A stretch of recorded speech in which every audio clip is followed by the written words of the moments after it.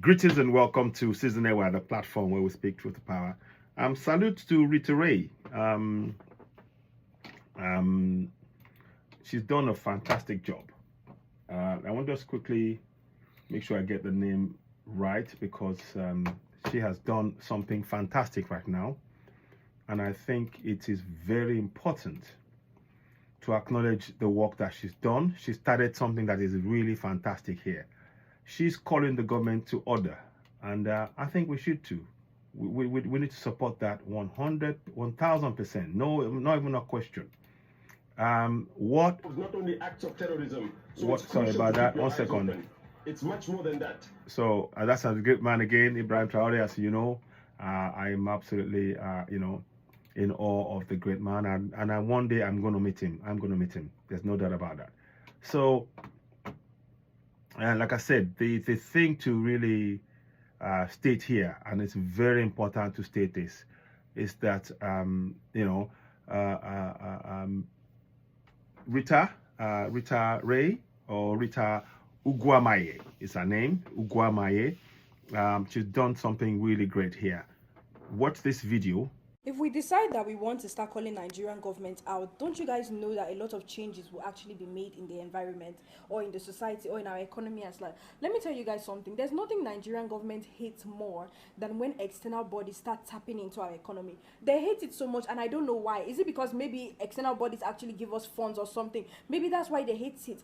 Now, I want you guys to think back to every time that Nigerians actually spoke up. Is there a time that we spoke up and a change was not made? Like, is there a time? If we decide that we want to run a 30 days challenge where we're going to complain about the economy, we'll keep complaining about the economy. Do you guys not know that people will start looking into it like, oh, what's going on in Nigeria? Why are people complaining so much? And they will start making changes. Now, let me tell you guys something, Ba. You see, we as the Nigerian youth, we don't come close to our parents. This generation we are always blaming. It is because of this generation that we had a stable income. It is because of this generation that biscuit was 15 naira from my primary school until my university. It's because of this generation. They are the ones that fought for that stable government that we enjoyed. They were the youth in their time, and when they had bad government, they stood up to it and they fought for it. Now that it's our turn, people are commenting in the caption and saying, in the comments and saying, oh, they are going to pick you up. Oh, you think you're very dark man. I don't think I'm anyone. I just think I'm a Nigerian who is suffering and I'm tired of it. And I need someone to actually come out and say, okay, it's enough. Prices will stay one place. That's what I need. I'm sick and tired of this. Are you guys not tired? Number one, in case you guys don't know, go and take a look at Abacha. In case you guys don't know, Abacha was like a president at a particular time, right? And there was a time where our parents had to start using something called Abacha stove because they couldn't even get kerosene. What happened to Abacha? I don't need to be the one to tell you. Go and look up history and know what happened to them. What happened to him? Every single time our parents had the chance, they fought for a better government. And that is why they could use 100,000 naira to raise 4 children.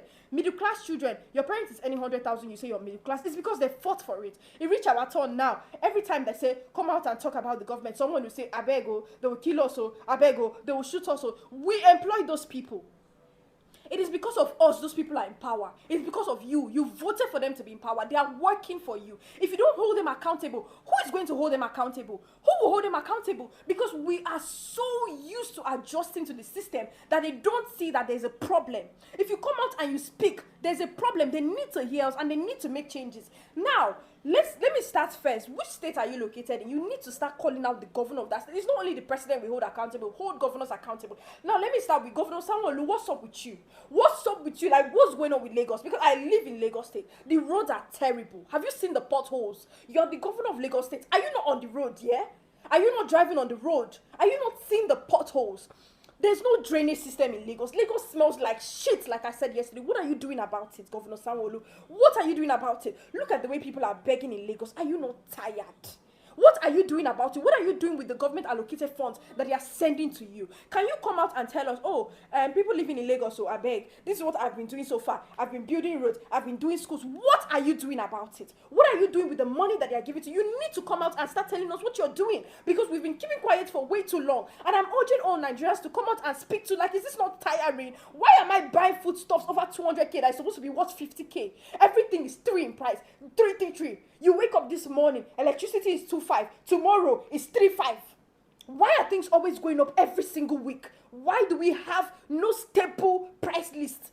Every time restaurants are peeling paper to add new paper, they'll plaster new paper on top. Now it's our turn to actually fight for the government, and people are suggesting that we should jackpot from the country. You guys, we are the biggest cowards ever. Because why are we running from country that our parents worked so hard with their bare hands to actually create a foundation for? Why is it our turn and we have to run away from the country? Why can't we stand up and ask these people? We need to hold these people accountable. They need to tell us what they have been doing with the government allocated funds, and they need to come out and start telling us. It's time for us to actually be angry. I'm not angry because I'm very angry. And Governor Sanwo-Olu, you need to come out and tell us what you're doing with government allocated funds for Lagos State. What are you doing? President Tinubu, what measures have you been putting in place that the government or the governors have been reporting to you to tell you what they are doing? Because you alone, you're not the only one, You're not the only one. So when we drag you by the collar, you drag the governors. What measures have you been putting in place to make sure that there's price regulation? We need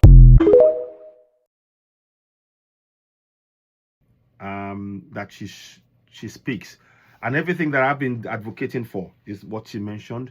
The only thing I would only say is that I still maintain that we must have the constitution in our local languages, because the people that we need in this struggle are in the villages and the hamlets and the small towns that are far away from the center.